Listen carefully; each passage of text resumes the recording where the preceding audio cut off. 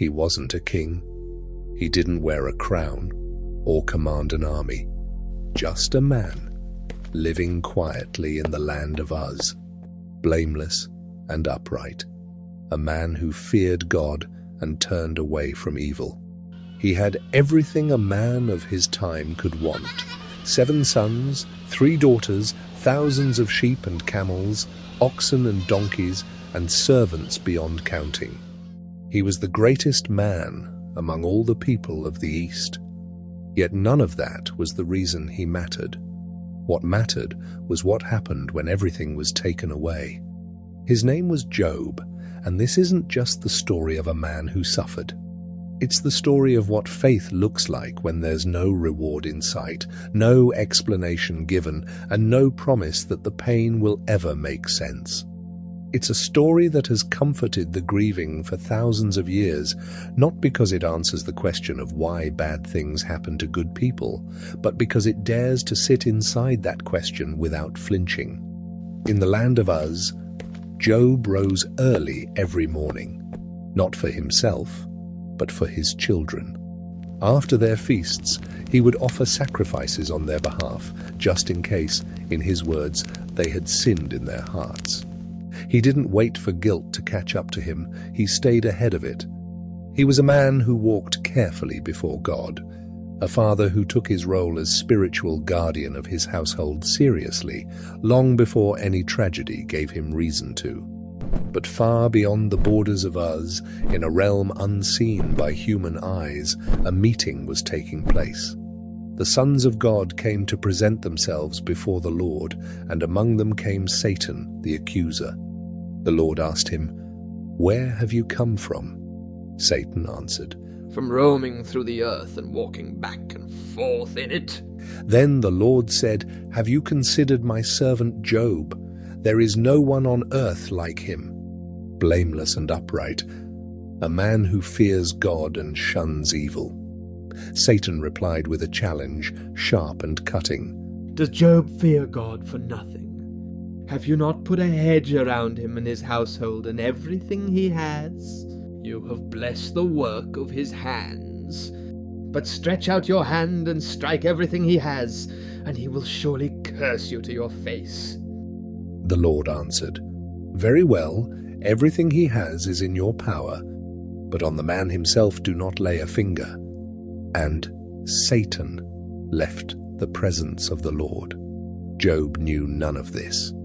He had no idea that his integrity itself was on trial, that heaven was watching to see what a man does when blessing disappears and only God remains. One ordinary day, while Job's sons and daughters were feasting at the eldest brother's house, 4 messengers arrived in rapid succession.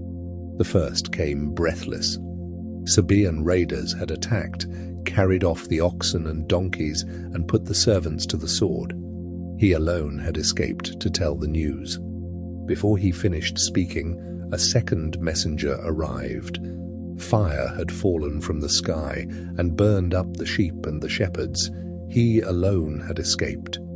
Before he finished, a third messenger arrived. Chaldean raiders had formed 3 bands, swept down on the camels, carried them off, and killed the servants. He alone had escaped. And before that messenger finished, a 4th arrived with news no father should ever hear. A mighty wind had swept in from the desert and struck the 4 corners of the house where his children were feasting. The house collapsed. All 10 of his children were dead. In a single day, Job lost everything: his wealth, his workforce, and every child he had. He stood up, tore his robe, and shaved his head. Then he fell to the ground in worship and said, "Naked I came from my mother's womb, and naked I will depart. The Lord gave, and the Lord has taken away. May the name of the Lord be praised." In all this, Job did not sin, nor did he charge God with wrongdoing. Heaven had watched, and the accusation had failed. But Satan was not finished. Once again, the sons of God presented themselves before the Lord, and Satan came also. The Lord pointed to Job again. "He still maintains his integrity, though you incited me against him to ruin him without any reason." Satan answered, "Skin for skin. A man will give all he has for his own life, but stretch out your hand and strike his flesh and bones, and he will surely curse you to your face." The Lord said, "Very well then. He is in your hands, but you must spare his life." So Satan went out and afflicted Job with painful sores from the soles of his feet to the top of his head. Job took a piece of broken pottery to scrape himself as he sat among the ashes, his body wasting before his own eyes. His wife, watching the man she loved reduced to suffering, could bear it no longer. "Are you still maintaining your integrity?" she said. "Curse God and die."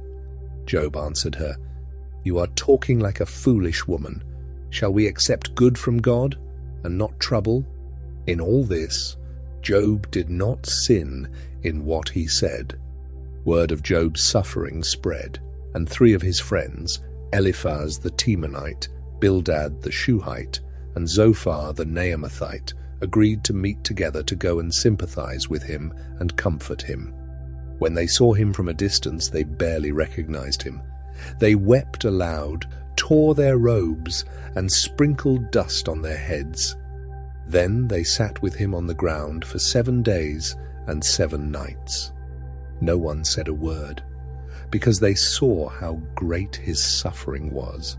It was the most comforting thing they would do for him. After 7 days of silence, Job finally spoke, and he cursed the day he was born. He did not curse God. He cursed the day, wishing it had never dawned, wishing he had died at birth rather than live to see such sorrow. Why is light given to those in misery, and life to the bitter of soul, to those who long for death that does not come? This was the cry that opened a long and painful conversation. One by one, his 3 friends responded, and one by one, Job answered them. Round after round, the arguments grew sharper. Eliphaz suggested that suffering only comes to the guilty, and gently urged Job to search his heart, for surely no one is truly innocent before God. Job protested that he had not sinned to deserve this, and grew desperate for someone, anyone, to explain why a righteous man could suffer so completely. Bildad insisted that God does not pervert justice, and that if Job were truly pure, God would restore him, implying that his children's deaths were judgment for their own sin. Job's grief turned to frustration. He longed for someone to arbitrate between himself and God, someone to lay a hand on them both, because he could not understand why he was being treated as guilty when his conscience was clear. Zophar accused Job of empty talk, insisting that his punishment was likely even less than his guilt deserved. Job, wounded further, turned his words toward heaven itself, demanding answers, longing to lay his case before God directly, certain that if he could only stand before the Almighty, he would be vindicated. Through the cycles of debate, the friends grew firmer in their theology. Suffering follows sin, blessing follows righteousness, and Job's agony must therefore be evidence of hidden wrongdoing. Eliphaz pressed harder in his second and third speeches, accusing Job outright of specific wrongs, of withholding water from the weary, of sending widows away empty-handed. Charges with no evidence behind them, born only from the assumption that suffering this severe could not fall on an innocent man. Bildad grew shorter and colder with each exchange, reducing his argument to a single image. How can a mortal be righteous before God when even the moon and stars are not pure in his sight? How much less a man who is but a maggot?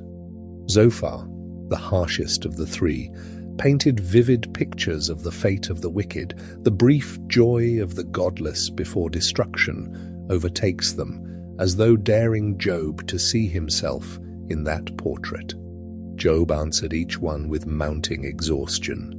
He pointed out that the wicked often live long, prosperous lives, dying in comfort and ease, which undid the simple formula his friends clung to. He accused them of being miserable comforters, of speaking windy words that brought him no relief. "I have heard many things like these," he said. "Miserable comforters are you all. Will your long-winded speeches never end?" Yet even as he grew weary of their accusations, Job never abandoned his innocence, and he never cursed God, however close his words came to the edge of despair. He held both truths at once. His suffering was real and unexplained, and his integrity remained intact. He held to his integrity even as his friend's comfort turned into condemnation. Still, in the middle of his anguish, something remarkable happened. Job, stripped of everything, broken in body and surrounded by accusers, spoke words of unexpected hope. "I know that my Redeemer lives, and that in the end he will stand on the earth. And after my skin has been destroyed, yet in my flesh I will see God." Even in darkness, Job reached for a hope beyond his circumstances, a trust that outlived his understanding. As the debate wore on, a younger man named Elihu, who had remained silent out of respect for the older men, could hold back no longer. He was angry, both at Job for justifying himself rather than God, and at the three friends for failing to answer him properly while still condemning him. Elihu spoke at length, reminding Job that God is greater than mere mortals, that he speaks in ways people often fail to notice, and that suffering can serve purposes beyond punishment, sometimes refining a person, sometimes simply remaining beyond human explanation. He urged Job to wait on God and to trust his justice even without an explanation. Then, after all the human voices had spoken, after every argument had been made and every theory tested, the Lord himself answered Job out of a storm. He did not explain the conversation in heaven. He did not mention Satan or the wager or the reason behind the suffering at all. Instead, he asked questions, one after another, vast and unanswerable. "Where were you when I laid the earth's foundation? Tell me, if you understand. Who marked off its dimensions? Surely you know." He spoke of the sea and its boundaries, of the morning and where light comes from, of snow and hail kept in storehouses, of wild goats giving birth on distant cliffs, of the eagle that soars at God's command, of behemoth and leviathan, creatures of such power that no man could tame them. Question after question, none of which Job could answer, came not as cruelty, but as perspective. God was not explaining himself. He was revealing the size of his wisdom against the smallness of Job's understanding. And Job, who had demanded an audience with God, who had longed to argue his case before the Almighty, found that the most powerful response wasn't an explanation, it was God's presence itself. Job answered the Lord, "I know that you can do all things. No purpose of yours can be thwarted. Surely I spoke of things I did not understand, things too wonderful for me to know. My ears had heard of you, but now my eyes have seen you. Therefore I despise myself and repent in dust and ashes." Job did not repent because he had sinned in causing his suffering. He repented because he had spoken of things beyond his understanding, because he had demanded answers as though he deserved them, and because now, having encountered God directly, mere knowledge about him gave way to genuine sight of him. Then the Lord turned his attention to the three friends.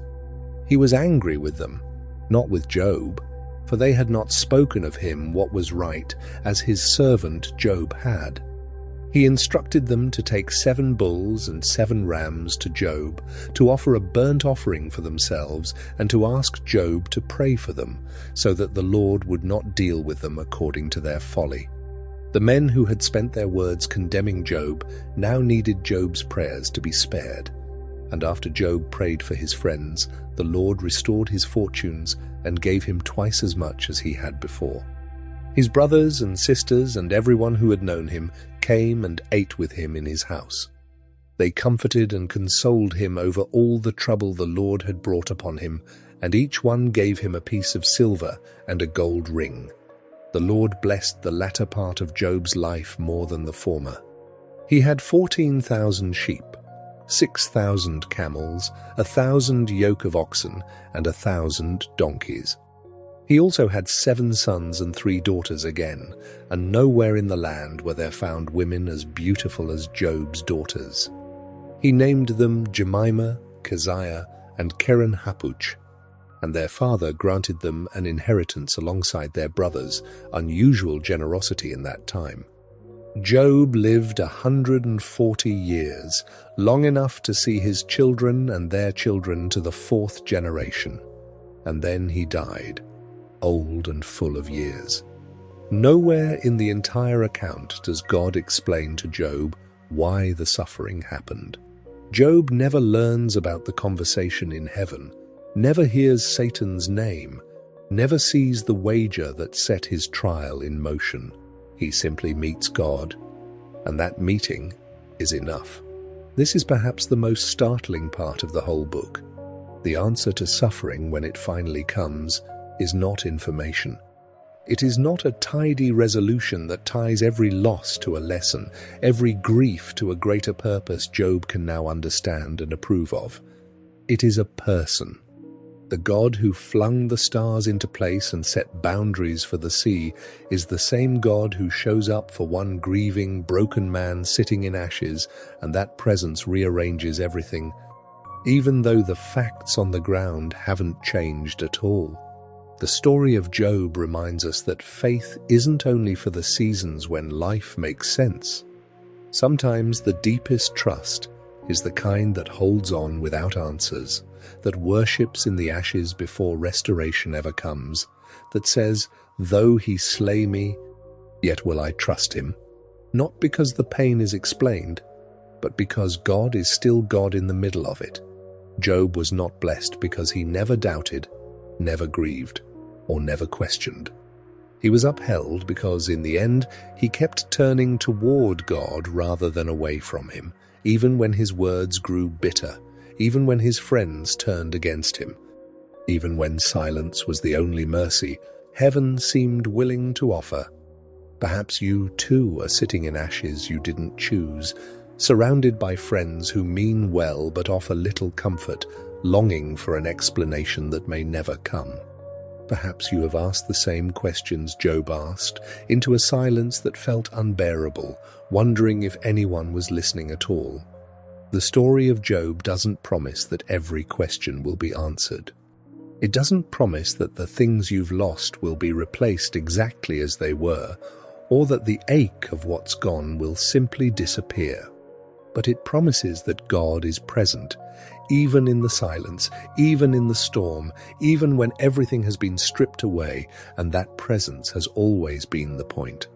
Because the God who restored a broken man, who met him not with explanations but with himself, still meets people in their ashes today. And your story isn't finished yet.